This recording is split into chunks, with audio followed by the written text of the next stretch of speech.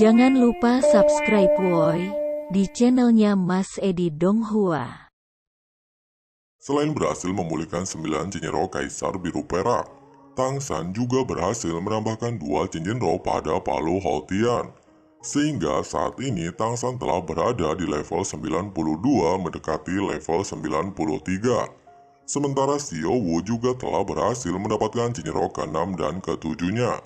Ditambah tulang roh rubah pesona, sehingga tingkat kekuatannya saat ini telah berada di level 76. Kemudian sebelum membawa kedua orang tuanya pergi dari sumur es dan api, Tang San berniat untuk menghidupkan ibunya terlebih dahulu, di mana dengan bantuan domain Kaisar Biru Perak Alam Tanpa Batas dan Cahaya Dewa Laut, kultivasi Ahin meningkat secara signifikan. Bahkan di bawah bantuan Cahaya Dewa Laut, rumput biru perak di area tersebut tanpa henti bisa menyalurkan kekuatannya demi membantu proses pembangkitan Ahin.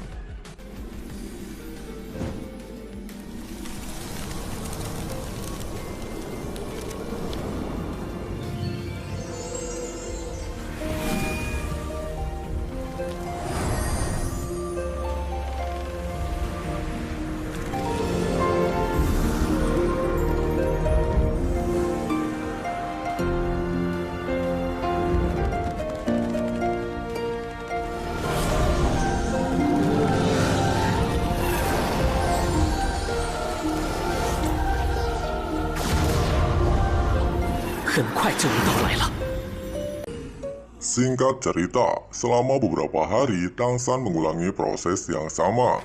Dan di hari ke-10 setelah melakukan proses yang terakhir, Tang San segera melakukan kultivasi untuk memulihkan kondisi mentalnya. Beberapa hari kemudian, setelah Tang San selesai melakukan kultivasi, secara bersamaan Ahin juga telah selesai melakukan proses pembangkitan. Jelas saja, melihat istrinya kembali hidup di hadapan matanya membuat Tang Hao tidak bisa menahan perasaannya yang telah terpendam selama 25 tahun.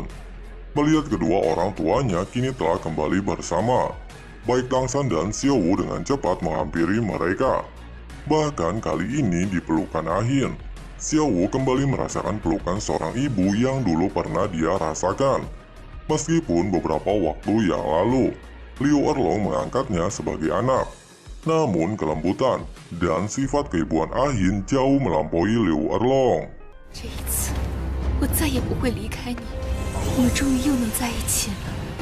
Setelah keluarganya kembali berkumpul, terlebih lagi kondisi sumur es dan api terlihat mulai disusupi oleh pasukan Kekaisaran Wuhun. Tang San berniat membawa kedua orang tuanya untuk kembali ke Sekte Haotian, serta membantu memulihkan anggota tubuh ayahnya, dan mengambil 2 tulang roh yang sebelumnya Tang Hao kembalikan ke Sekte Haotian. Jelas saja Tang Hao sedikit ragu dengan ucapan tersebut. Pasalnya dia mengembalikan 2 tulang roh tersebut demi membayar kesalahannya terhadap Sekte Haotian. Namun tanpa jeda, Tang San segera mengeluarkan token palu yang sebelumnya diberikan oleh Tang Chen, serta meyakinkan ayahnya bahwa kakek buyutnya sama sekali tidak menyalahkan dirinya atas tindakannya menentang Istana Wuhun demi melindungi istrinya. Terlebih lagi dengan token tersebut dan kekuatannya saat ini, Tang San sangat percaya diri bisa membawa kedua orang tuanya untuk kembali ke sekte. Mengetahui hal tersebut jelas saja membuat Tang Hao kembali bersemangat. Bahkan dia seolah kembali melihat kejayaan Sekte Haotian di dalam diri putranya. Setelah masalah tersebut terselesaikan, Tang San segera memimpin seluruh keluarganya untuk menuju Sekte Haotian.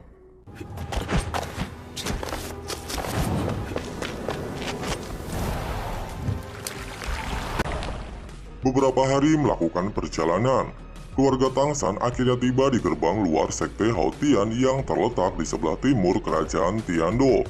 Tidak lama, mereka dihampiri oleh beberapa murid luar Sekte Haotian. Namun karena Tang San ingin segera memasuki sekte, dia tanpa jeda menunjukkan palu Haotian yang memiliki 3 cincin roh, 1 merah dan 2 hitam, yang seketika membuat para murid tersebut terkejut. Tidak lama, seorang murid kenalan lama Tang San, Tang Yu, menghampiri mereka. Bahkan melihat Tang Hao bersama Tang San, seketika membuatnya memberikan hormat.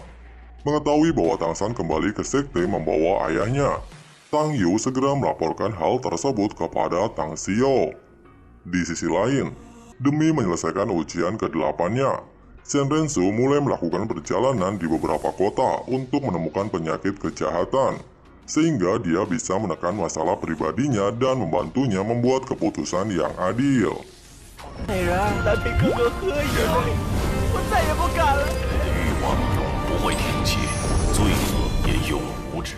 Sementara itu, setelah mendapatkan laporan dari Tang Yu mengenai kembalinya Tangshan bersama keluarganya, Tang Xiu segera memerintahkan Tang Yu untuk melapor kepada 5 tetua, sedangkan dirinya bergegas untuk menyambut kedatangan keluarga Tang Hao.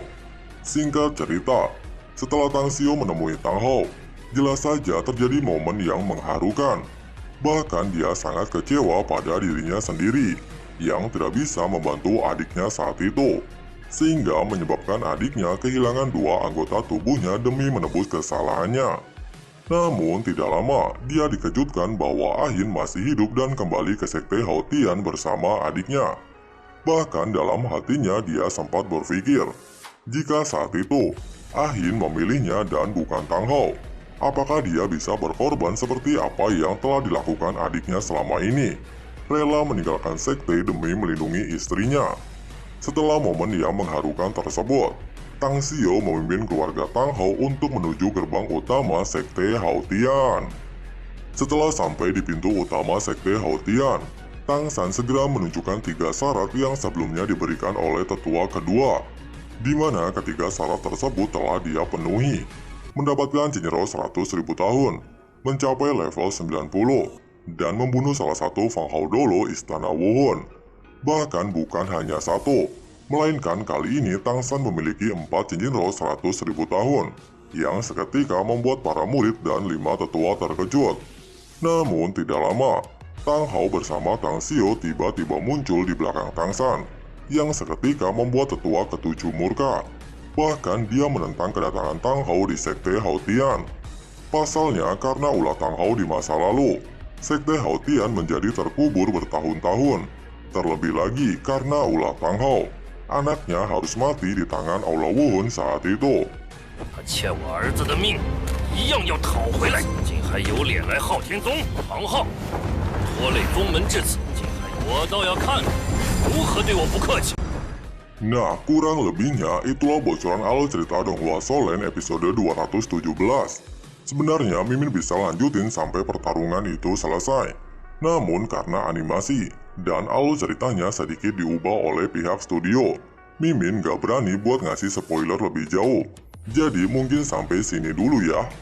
Oke, terima kasih yang sudah nonton sampai habis dan jangan lupa subscribe ya.